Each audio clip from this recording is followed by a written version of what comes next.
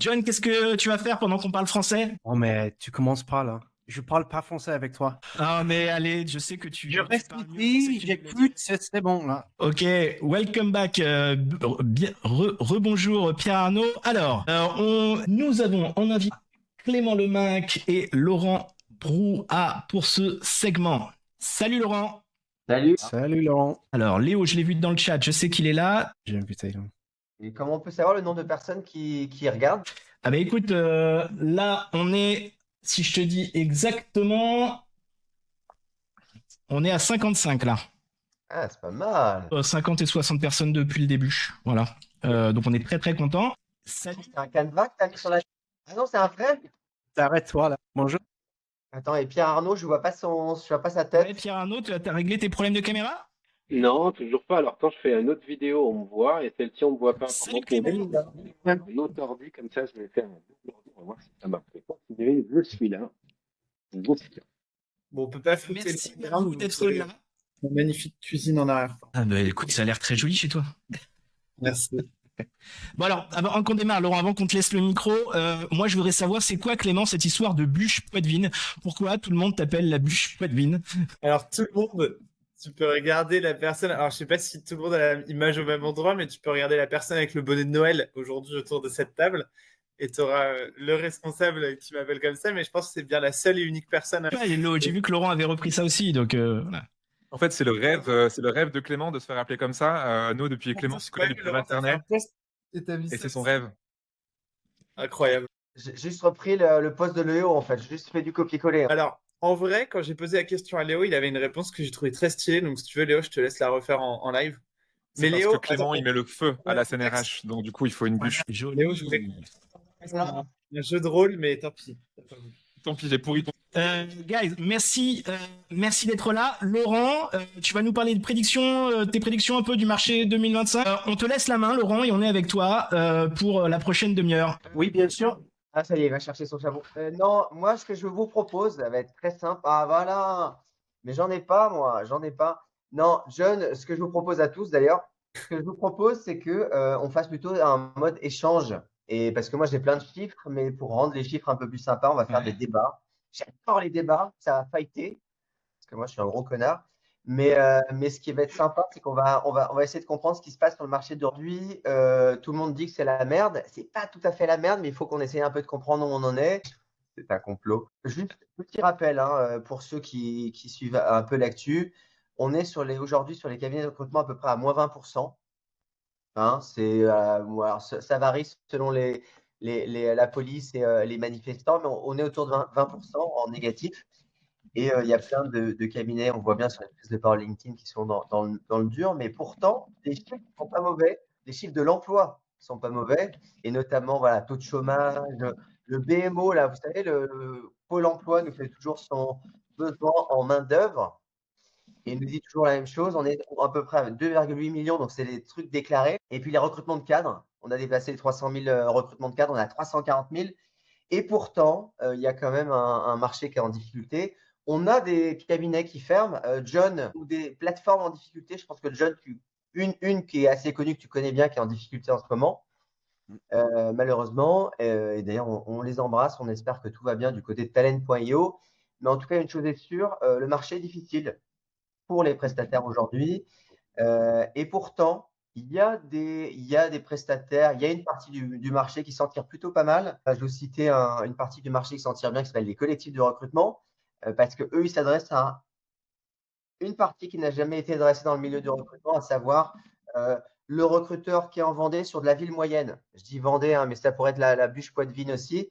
Mais je donne ça parce que simplement, on a sur les grands marchés qui sont les grandes entreprises et les startups, on est plutôt à entre moins 3 et moins 10%. Et sur le reste, sur ce milieu-là, ce sweet spot, il y a encore des opportunités de recrutement. Et je voulais un peu échanger avec vous plutôt que de faire moi parler tout seul dans ma petite cave marseillaise. Et puis un peu de vous avoir vos points de vue sur le sujet, comment vous voyez le marché. Et après, on essaie un peu d'échanger.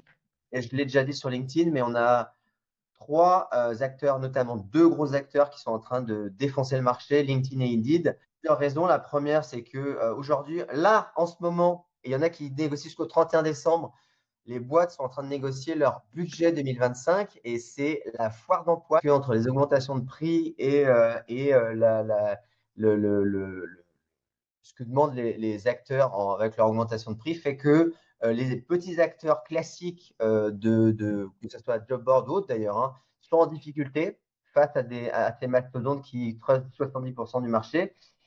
Et il y a vraiment tout un tas de changements qui sont en train d'arriver. Je ne sais pas à quoi va ressembler 2025. Jean-Marie m'avait dit fait des prévisions. J'en ai strictement aucune idée. Probablement que ça va être une mais en tout cas, ce qui est sûr, c'est que on est dans un marché qui change et que les petits acteurs côté emploi, mais aussi côté capital. Un truc qui fonctionne bien aussi, c'est le RPO. On en a beaucoup parlé. Il y a plein de raisons qui expliquent que le RPO fonctionne très bien. C'est que c'est flexible, ça évite la prise de risque chez les clients. On n'a pas besoin d'embaucher des ETP. Donc ça, c'est plutôt cool. Et ça, c'est un gros plus.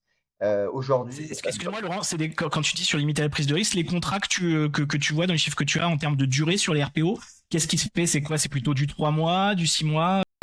C'est quoi la tendance du marché? Là, c'est une bonne question. Moi, ce que je vois, c'est qu'on est sur des tendances qui peuvent. Alors, il y a les deux, en fait. Il y a des tendances longues, c'est-à-dire des gens qui prennent des contrats à 1 ou 2 ans, sachant que en RPO, on a quand même 10 000 euros à sortir tous les mois. Hein. C'est quand même un budget. Alors, évidemment, il y a des gens qui vendent à 350 euros. Je ne sais pas si vous avez vu sur LinkedIn la dernière fois, il y a eu un acteur qui a annoncé des chiffres de 350 euros en TJM. Donc, ça veut dire à peu près 7 000 euros la mission au mois. 350 euros pour un consultant, c'est pas élevé en termes de bénéfices. Hein. Ça fait un SMIC amélioré, donc c'est un peu compliqué. Mais néanmoins, on a des taux à 350 jusqu'à 600, 800 euros en TJM. Mais on est sur des durées. On a raccourci quand même. C'est-à-dire qu'on est à la tâche, si je puis dire. Et comme dit Pierre-André, on a beaucoup de nearshore, à savoir, on a des contrats qui sont contrats globaux, mondiaux, où on a Alexander Mann qui a des équipes en Pologne et qui va dire hey les gars, les GE français, General Electric, je vais m'occuper de votre 200 recrutements. On est en Pologne, on vous coûte moins cher et je vais vous refacturer, j'en sais rien, moi, 3000 balles par consultant par mois. Donc, vous voyez, il y a voilà, des évolutions, il y a plein de choses qui passent. C'est quoi LinkedIn? Ah, merci pour le nouveau don. J'adore entendre ce petit bruit. Alors, du coup, moi, la question, c'est comment vous voyez-vous? Parce que moi, je viens de parler, je viens de donner un peu des différentes pistes, il y a plein de choses. Comment vous voyez les choses de votre côté, tous les 4, 5 et même les gens qui sont là pour. Je ne vois pas le risque d'être freelance. Je reprends la question de Nicolas Revol qui dit 350 par jour. Je ne vois pas l'intérêt de prendre le risque d'être freelance. En fait, il y a des recruteurs qui prennent ces missions-là pour plusieurs raisons. La première, c'est que quand on a des coûts de vie qui ne sont pas élevés et qu'on habite dans la Creuse et on a des coûts de vie, et 350 euros quand on vit à Paris, en TJM, bonne chance, c'est-à-dire qu'on n'a évidemment aucune raison de réussir à vivre. 3500 euros au jour de la part de Léo, mais en tout cas, une chose est sûre, c'est qu'il y en a qui les prennent et il y en a qui les proposent. Donc, le taux peut-être réaugmenteront, mais en tout cas, on est sorti de la période dorée 2021-2022 où c'était des trucs genre 800 euros le moindre consultant qui se vendait en RPO, quoi. Et même en freelance d'ailleurs, soit dit en passant. Et ce qui est intéressant d'ailleurs, c'est un phénomène qui je n'avais pas du tout évalué la masse, c'est qu'aujourd'hui, le principal concurrent des boîtes de RPO, c'est les freelances. Il y a un nombre de freelances qui se vendent en RPO qui est totalement hallucinant. Pas les collectifs de freelance, les freelances indépendants, tu veux dire? Un collectif me dit, moi, mon plus gros concurrent, ce n'est pas les boîtes de RPO, c'est Jean-Michel qui est freelance, qui se facture à 500 balles la journée et qui est tout seul, quoi. Et aujourd'hui, il y a vraiment un phénomène autour des freelances qui est assez important et qui est à la fois concurrent sur le RPO, mais concurrent sur toutes les facettes du recrutement. C'est pour ça que quand je dis qu'on est sur un marché qui est encore très bon dans les fondamentaux, mais qui est en difficulté, c'est qu'on a des changements sur qui sont les concurrents. C'est-à-dire que les cabinets aujourd'hui sont concurrencés quelque part par les collectifs, mais aussi par les indépendants. Ce qui fait que c'est difficile à évaluer. Alors, le marché est quand même compliqué, mais il y a quand même des changements de part de marché entre les différents acteurs. on a PA qui nous dit, je vois une transformation du métier au niveau des cabinets avec un besoin de communiquer exactement sur ce qui est fait sur la mission. Et ça, c'est vrai, hein. De plus en plus, il y a plus de transparence au niveau des cabinets où on dit exactement ce qu'on fait, c'est-à-dire qu'on insiste sur les moyens et pas que sur le résultat. Mais le problème de ça aussi, pour moi, c'est à partir du moment où tu mets des garanties de moyens quand t'es cabinet, tu peux pas travailler au succès. Tu vois, et si tu apportes de la transparence, si par exemple tu donnes les listes de tes candidats, tu peux pas travailler au succès. Il y a cette dimension-là, je trouve, à prendre en compte. Le sujet qui est hyper intéressant, c'est que j'ai pas encore abordé, c'est que le coût d'acquisition de candidats a beaucoup baissé ces 6 derniers mois, ces dernières années. Et aujourd'hui, n'importe quelle entreprise qui met alors j'ai vu des posts contradictoires sur le sujet, mais je vais quand même m'avancer parce que j'ai vu des datas. Quand on met une annonce aujourd'hui, on a des candidats qui tiennent la route. Versus il y a 1 an, ou même plutôt il y a 2 ans, on mettait une annonce, on avait beaucoup de candidats qui n'y correspondaient pas. Aujourd'hui, on a des bons candidats qui sont sur le marché. Parce que comme on a moins d'offres, du coup, les candidats qui voulaient bouger attendent pour se positionner, mais ceux qui voulaient bouger, qui étaient plutôt bons, ils commencent à se battre sur un nombre d'offres qui est plus limité. Du coup, on a des bons candidats qui sont sur le marché et les entreprises se disent, plutôt que de passer par le cabinet, moi, je mets une annonce, j'ai mes candidats qui postulent directement. Mais la valeur, évidemment, elle n'est pas que dans le sourcing pour le cabinet, elle est aussi dans l'évaluation. Et c'est au cabinet de montrer qu'il a beaucoup plus de valeur que juste sur le sourcing. Donc, clairement, aujourd'hui, il y a un enjeu de trouver que la proposition de valeur du cabinet soit suffisamment forte pour que l'entreprise ne se dise pas, non, moi, c'est bon. Et Clément, d'ailleurs, je vais te challenger, mais je ne sais pas si vous, c'est un sujet. Mais si je mets une annonce et que je reçois les candidats, du coup, après, moi, je fais moi-même l'évaluation. Donc, il y a tout ce jeu pour les entreprises qui est en train de se mettre en place, plus les moyens en interne. Et, attention, hein, parce que moi, je suis entièrement d'accord avec ton discours, mais on rencontre encore des entreprises qui payent des prestataires juste pour évaluer des candidats. C'est-à-dire que, par exemple, des entreprises qui reçoivent les CV et qui vont dire, vous me faites le tri des CV que je reçois, et je vous paye pour ça, et je reprends la main derrière. Chaque étape de la chaîne de valeur recrutement peut se retrouver externalisée en fonction des contextes. C'est intéressant, c'est bundle. Ouais. Mais là, clairement, le cabinet peut vendre derrière de la prestation d'évaluation derrière. Clément, justement, est-ce que tu le vois, ce que je suis en train de dire ou pas? C'est un truc que tu observes dans ta boîte? Ouais, enfin, toi, tu dois pas le savoir, Laurent. Et pour ceux qui ne le savent pas, moi, je suis quitté partout il y a 2 mois maintenant. Je suis à mon compte, mais je peux quand même parler de ce que vous faites chez Partout. Il y a 2 mois. Hey, on a gagné des sous, c'est ça? Non, c'était pour ta place. Pour moi, merci. Mais je peux quand même parler de ce que je vois. En fait, je pense qu'il y a des réalités qui sont très différentes. Jean-Marie vient d'évoquer les boîtes qui vont payer des cabs pour évaluer des CV déjà reçus. Il y a des boîtes qui vont faire appel à des cabs parce que elles recrutent sur des métiers pénuriques et elles ont du mal. Typiquement, moi qui bossais dans le monde de la tech, on pense aux métiers classiques de développeurs, etc. Mais on pense dans n'importe quelle boîte à des métiers de direction qui sont souvent durs à recruter, qui prennent beaucoup de temps et sur lesquels on va chercher une expertise qu'on n'a parfois pas en interne et qu'on peut trouver en externe ou qui peut être complémentaire. Donc il y a ça, il y a la qualification de candidats, il y a des métiers qu'on n'a pas, et puis après il y a aussi des boîtes qui font appel à des cabinets parce qu'elles ont tout simplement pas de marque employeur, et même en mettant des annonces, elles n'ont pas de réponse. Et ça, c'est une autre différence, je pense. Ces dernières années, il y a de plus en plus de boîtes qui ont investi sur la marque employeur, sur la visibilité qui commence à se faire voir. Mais il y a encore énormément, surtout dans les PME françaises ou autres, de boîtes qui sont invisibles, qui sont pas très connues parce qu'elles font du B2B, ainsi de suite. Et ces boîtes-là, en fait, plutôt qu'investir dans des équipes internes, parfois, elles font appel effectivement à des cabs pour recruter. Et du coup, c'est des cabs de chasse qui vont recruter pour elles, ce qui les sert pas forcément non plus en termes de marque employeur in fine, mais c'est encore un autre cas d'usage. Donc, je pense qu'il y a pas mal de cas d'usage différents, même s'il y a une réalité de budget qui ont été diminués et du coup de plus de réflexion avant de faire appel à des prestats. Chaque cas d'usage va quand même amener par définition des usages différents. Okay. Je sais pas si quelqu'un veut réagir.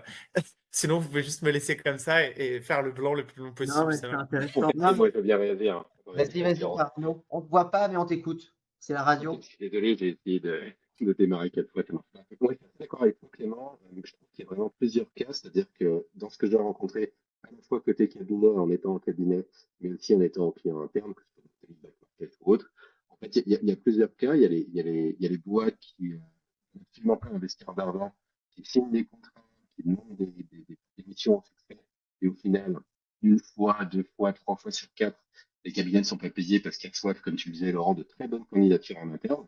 Et donc ça a un peu changé la donne. Donc en fait, ils aimeraient avoir du résultat, mais il faut investir. Pas forcément un très bon positionnement ni très honnête, je trouve. Après, on a des personnes en CAB qui peuvent faire pas mal de choses différentes. Soit l'évaluation complète, et ça c'est intéressant en fonction de la structuration de la boîte, de la taille et du niveau de maturité. Soit on n'est pas mature, le fait d'évaluer les candidats, il faut le reconnaître. C'est en fait de boîtes, il y a des boîtes qui font d'abord des entretiens techniques, puis un fit avec les équipes, puis d'autres entretiens techniques pour le job. Donc eux, ils scalent vraiment leur process d'entretien. Et puis il y a les autres où c'est beaucoup basé sur la discussion finalement. C'est peu d'assessment center. Donc là, on est en BABA. Et je trouve qu'il y a vraiment une démarque qui est assez intéressante pour les personnes qui viennent entre 500 et 650 en tant qu'RPO qui font vraiment du process, qui sont vraiment là pour aider une boîte à structurer, voire même à recruter leur premier recruteur. Et là, en fait, on a un échange qui est assez fructueux avec des gens qui a bien leur business à côté.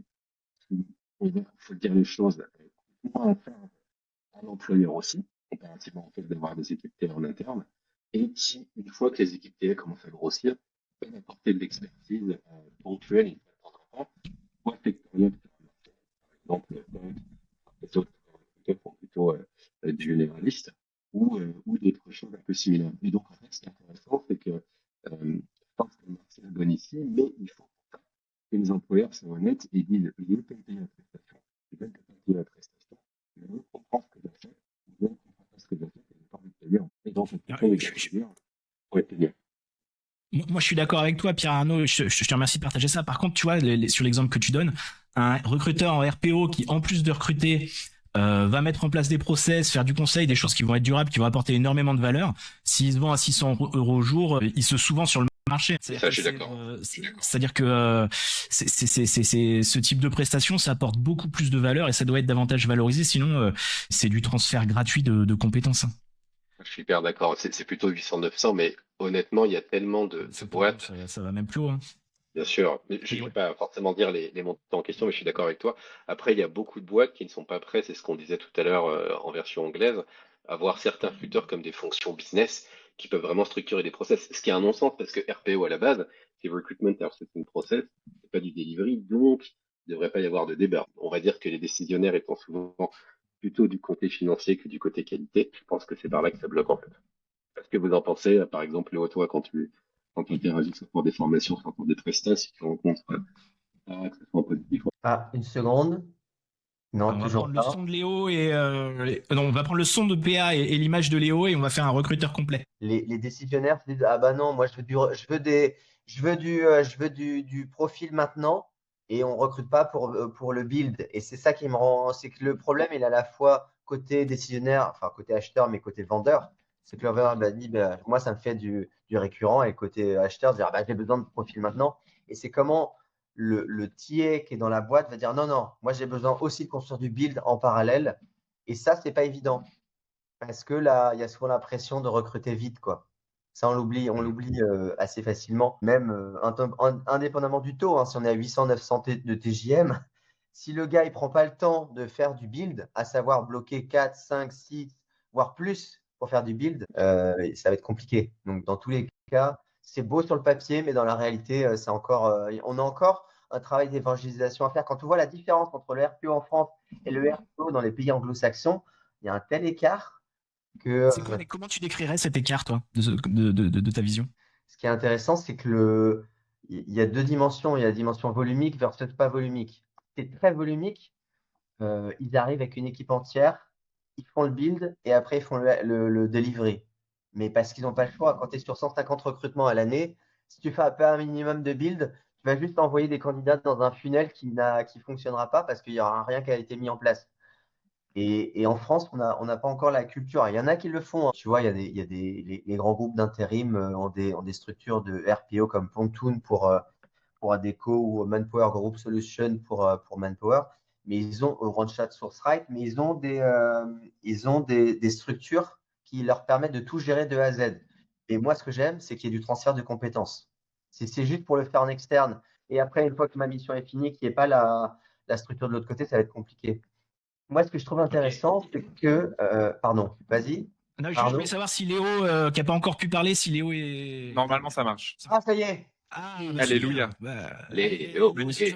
Incroyable. Désolé, du coup, j'ai oublié une partie de la discussion en me reconnectant. Je pense en vrai, là, sur tout ce qu'on dit, si je devais prendre un peu de hauteur, pour moi, tu as deux trucs macro qui conditionnent deux changements micro. Les deux changements macro, premier, c'est la crise économique et politique. Enfin, je vous apprends rien, mais toutes les boîtes sont dans la merde aujourd'hui. Et du coup, tu as un impact, tout simplement, c'est que les gens réduisent leurs coûts et surtout deviennent plus optimisés. Les startups doivent devenir rentables plutôt que de devenir en mode de scale à tout prix. On met la musique de Noël ou pas là pour l'ambiance? Ouais, on peut mettre la musique de Noël si tu veux. Et pour le coup, les grands groupes se disent pareil, on claque plein de thunes en fait dans des boîtes externalisées. Et en fait, c'est bizarre parce que ça marche pas forcément aussi bien. Et deuxième truc macro, c'est que quand même depuis des années, le recrutement en fait est en train de devenir plus professionnalisé qu'avant. Les gens réalisent que c'est un vrai job et du coup, ils se disent en fait, on va internaliser les gens. Et du coup, c'est les deux changements micro que moi je vois. Enfin, tu vois, pour en 3 ans, là, avoir eu plus de centaines de clients différents, du cabinet indépendant de 2 personnes jusqu'à du Saint-Gobain où ils sont 200 000. Les deux changements majeurs, le premier, c'est que les gens internalisent leur fonction recrutement plus qu'avant, et voire ils internalisent des cabs. On a plein de boîtes conformes, je tairai leur nom, mais qui sont en train de faire le même move que les boîtes qui, en gros, ont arrêté de prendre des ESN et qui ont internalisé des développeurs. Et là, ils font pareil en recrutement. Pendant très longtemps, ils étaient dépendants de cabs et de RPO. Et il y a plein de boîtes qui sont en train d'internaliser des fonctions et de se dire, on va créer une cellule de cabinet interne en recrutement. Alors, c'est très long, c'est très dur, il y a plein de challenges derrière, mais on a plein de boîtes conformes qui font ça, qui sont des grands groupes et qui se disent, on va créer une cellule. Et deuxième truc qui se passe, c'est que pendant très longtemps, les cabs ont été en situation de monopole. C'était très cher. Et du coup, le service n'était pas à la hauteur. Et donc là, tu as des gens qui arrivent, indépendants et autres, qui se disisent, c'est quoi, nous, on va réduire les coûts pour plus de valeur. Et donc, forcément, en fait, les cabs se retrouvent aujourd'hui en galère parce que pendant très longtemps, c'est un peu, tu vois, genre Orange, Bouygues et SFR, tu vois, pendant très longtemps, tu avais les cabs, c'était ça. Et tu as un Free qui arrive. Free, c'est les Free, donc les indépendants aujourd'hui, et qui tapent dans le marché à fond, qui baissent les prix et qui montent la qualité. Donc forcément, en fait, les changements dont on parle, ils sont en train de se passer. Donc pour moi, c'est assez cohérent ce qui se passe et c'est une sorte de régulation. Est-ce qu'il y a consensus sur le fait qu'ils montent la qualité? Ça dépend. Ouais, moi, je suis. Mais certains, oui, tu vois. Dans les cabinets, tu peux pas te dire ouais tel cabinet il est génial. T'as des consultants qui sont très très bons dans des cabinets et des consultants qui sont beaucoup moins bons. Et puis dans les équipes internes, c'est différent parce que les équipes internes, en fonction des forces des recruteurs et des recruteuses qu'on va avoir dans les équipes, on va essayer d'adapter les postes pour capitaliser. Ce qui est plus difficile à faire quand on est en cabinet. Mais je pense pas que globalement les indeps montent le marché. Je vais le dire haut et fort. Et je vois beaucoup de gens qui se lancent en indep parce qu'ils n'ont pas réussi. C'est pas le cas de tout le monde, attention, et j'encourage tous les gens qui se lancent et c'est très bien, mais il y a beaucoup de gens qui se lancent en indep parce qu'ils n'ont pas réussi en interne ou en cab et que c'est un peu l'arbre qui cache la forêt parfois, donc faut être prudent avec ça.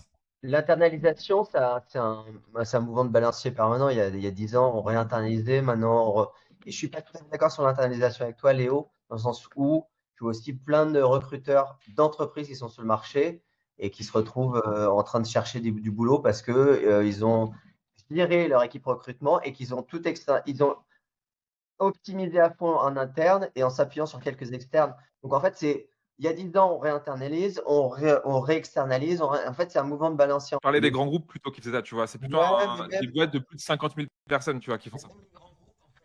Ils se sont rendus compte en faisant les calculs que réinternaliser, ça coûte extrêmement cher parce qu'en fait, ils n'ont pas toujours les compétences pour le faire et que effectivement, même en se formant avec différents acteurs, c'est pas suffisant pour créer un cabinet de recrutement.